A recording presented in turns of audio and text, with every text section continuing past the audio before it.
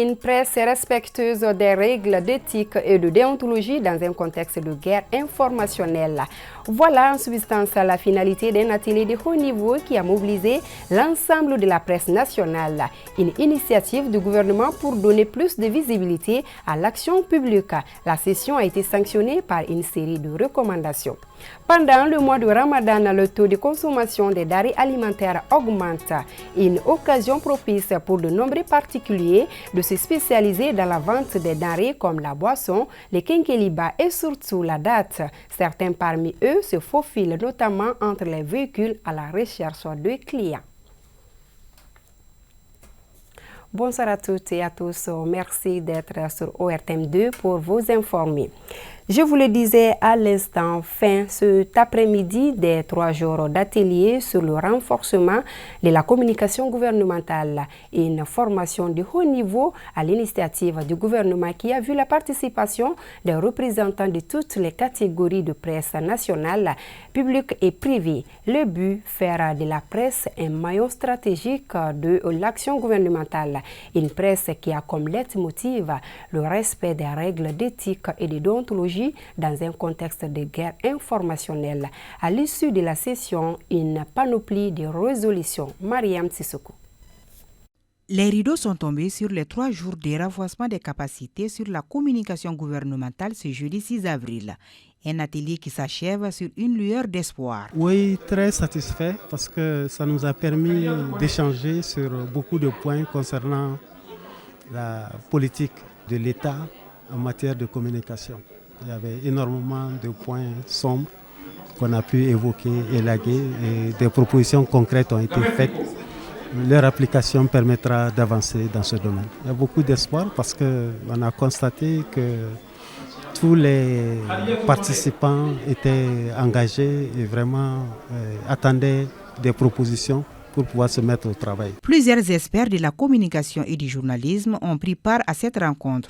Beaucoup de recommandations ont été formulées, à savoir l'élaboration et la mise en place d'une stratégie de communication gouvernementale assortie d'un plan d'action, d'un budget et d'un chronogramme. Ça, c'est la première des choses. Il a été également souhaité que les chargés de communication au niveau des départements ministériels qui constitue véritablement la cheville ouvrière de la communication gouvernementale, il a été souhaité qu'on puisse donner un statut conséquent à ce personnel-là. On estime que cette fonction n'est pas véritablement valorisée actuellement. L'une des options, c'est qu'il faudra étoffer ce secteur-là par au moins 3 agents. L'autre option, c'est également la création pure et simple des directions de la communication et des relations publiques, avec éventuellement des divisions. Mais l'une des recommandations qui nous conforte aussi en tant qu'ORTM, il a été demandé de mettre en place une commission pour réfléchir sur le statut et le financement des médias publics. Ce rendez-vous d'échange a permis aux participants d'acquérir de nouvelles connaissances. Cependant, les défis sont énormes. Les participants espèrent que ces recommandations ne seront pas dans les tiroirs, car les attentes sont nombreuses. Je m'attends essentiellement à ce que nous puissions justement mettre en œuvre les recommandations qui ont été faites, qui vont venir en fait améliorer la communication gouvernementale, car elle a énormément de lacunes. Et il s'agit de les corriger. Et pour pouvoir les corriger, il faut qu'il y ait une forte volonté au sein du gouvernement afin que la communication gouvernementale soit désormais plus efficace. On est vraiment d'accord pour ces recommandations parce que c'est nous qui l'avons faites. Et si ces recommandations seront une fois mises en place et que ce serait appliqué, ce serait une très bonne chose. C'est sûr que la communication gouvernementale a des beaux jours devant elle et je crois que c'est dans l'intérêt de la population. Et surtout, citoyen lambda n'attend que de ça, que l'État communique, qu'il sache vraiment qu'aujourd'hui, le gouvernement est en train de faire quoi à cette heure-ci. Qu'est-ce que le gouvernement est en train de faire pour ces populations? Voilà de ce dont ils ont besoin. C'est l'application de ces recommandations, parce que la prise en compte de tout ce qui a été dit, parce que chacun s'est reconnu dans les recommandations formulées. Donc si ces recommandations sont appliquées à la lettre, chacun sera satisfait dans son travail. Pour rappel, cette rencontre se tient à un moment où notre pays traverse une période importante de son histoire où la communication doit être l'alpha et l'oméga de toutes les actions gouvernementales. C'est là afin non seulement d'informer les populations des activités de l'État, mais aussi et surtout de bénéficier de leur soutien et perpétuer leur adhésion aux politiques et stratégies gouvernementales. Après une suspension momentanée, la traditionnelle formation continue des journalistes de l'ORTM reprend ses droits. Cette reprise a été faite autour du thème « Vaincre le stress à l'antenne et les techniques d'assimiler et de maîtriser son texte ». Ce module a été présenté par l'artiste comédien Kari Borobara Koulibaly Habisso. Comment vaincre le stress à l'antenne et les techniques pour assimiler et maintenir son texte. Tel a été le sujet au cœur de près de 2 heures d'échange entre le personnel de l'Office des radios et télévisions du Mali ORTM et l'artiste comédien Kari Borobara Koulibaly, alias Madouolo.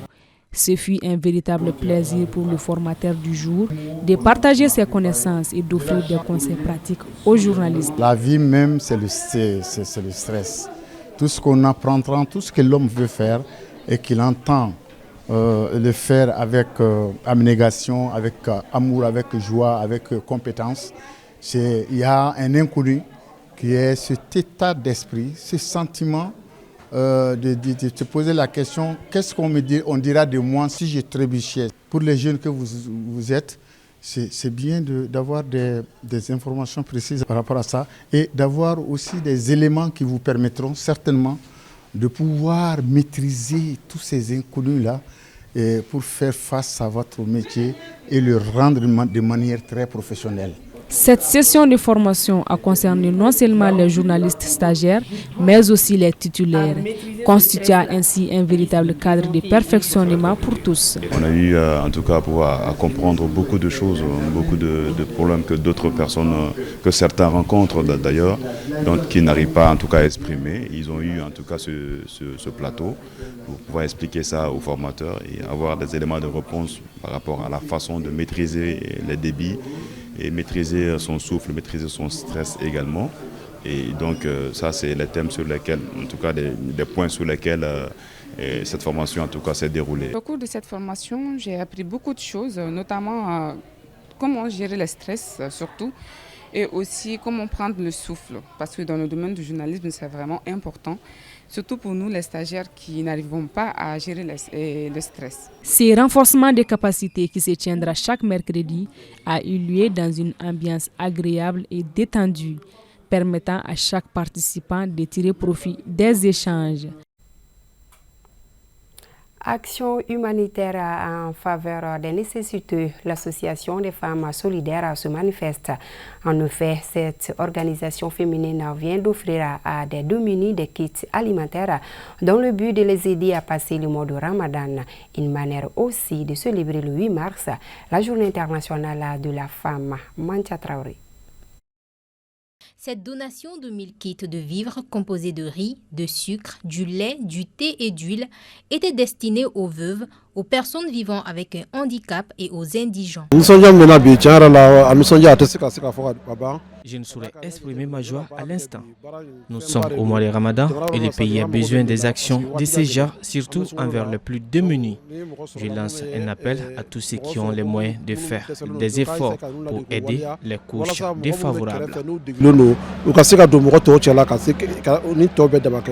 Parmi les bénéficiaires, Bana Sidibé, amputée de la jambe. Elle a reçu une moto-tricycle, une prothèse et sur instruction de Madame le ministre de la Santé et du Développement social, elle a également été immatriculée au niveau de l'ANAM. Les mots me manquent pour exprimer toute ma gratitude envers l'association des femmes de la Canam. Je remercie particulièrement Madame le ministre. Que Dieu lui rende au centuple. Cette opération, qui s'inscrit dans le cadre de la politique sociale de la CANAM, vise à apporter une assistance symbolique aux couches les plus défavorisées, mais aussi aux hôpitaux. Aujourd'hui, de cette activité, c'est de montrer aux yeux de tous les Maliens que les femmes de la CANAM ne sont pas restées en marge et que nous exprimons auprès des autorités notre solidarité envers les couches démunies, les couches vulnérables. Ça fait plus de 10 ans que nous œuvrons dans ce sens-là. Les femmes de la CANAM ont décidé de ne pas faire de fête de tambour.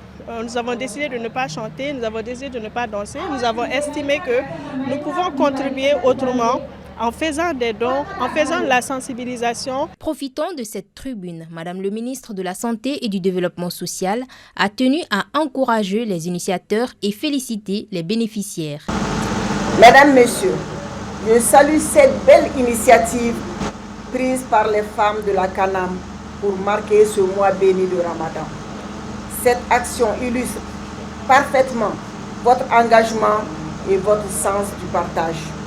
Cette donation traduit votre ferme volonté de faire avancer la cause des personnes vulnérables et de contribuer activement à la consolidation de notre système de solidarité.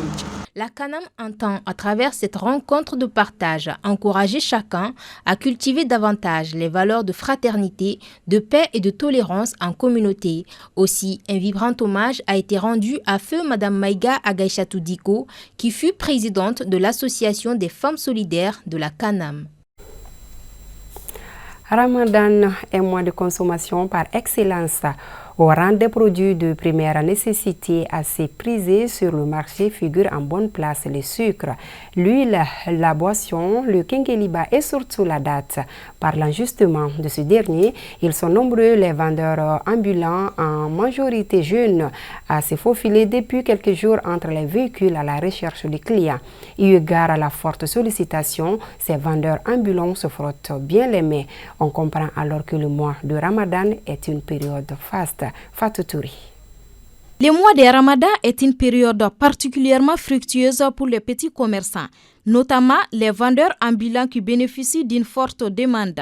À Bamako, cette période voit les marchés se transformer, les étals étant bien fournis pour répondre aux besoins spécifiques des ménages en cette période de grande consommation. Si vendeur des articles pour cette année, on peut dire que ça va maintenant. On se débrouille avec.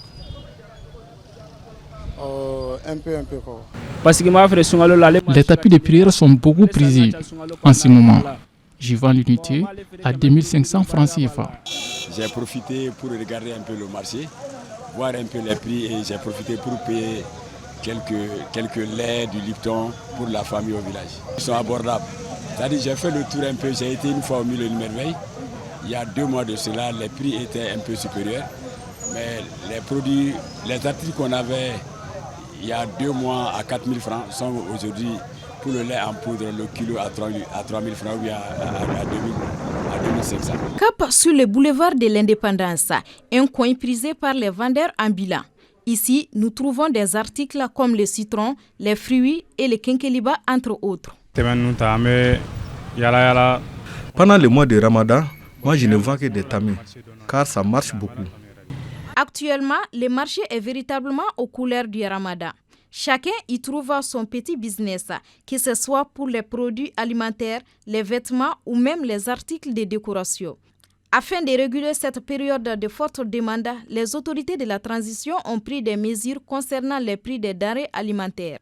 Ces initiatives visent à garantir que les produits essentiels restent accessibles à tous, tout en prévenant les hausses de prix excessives pendant le Ramadan. Fin de cette édition. Merci à vous de l'avoir suivi. Tout de suite après moi, Moussa Diarra sera là pour l'édition Kibarou. Ensemble, soutenons nos forces armées maliennes.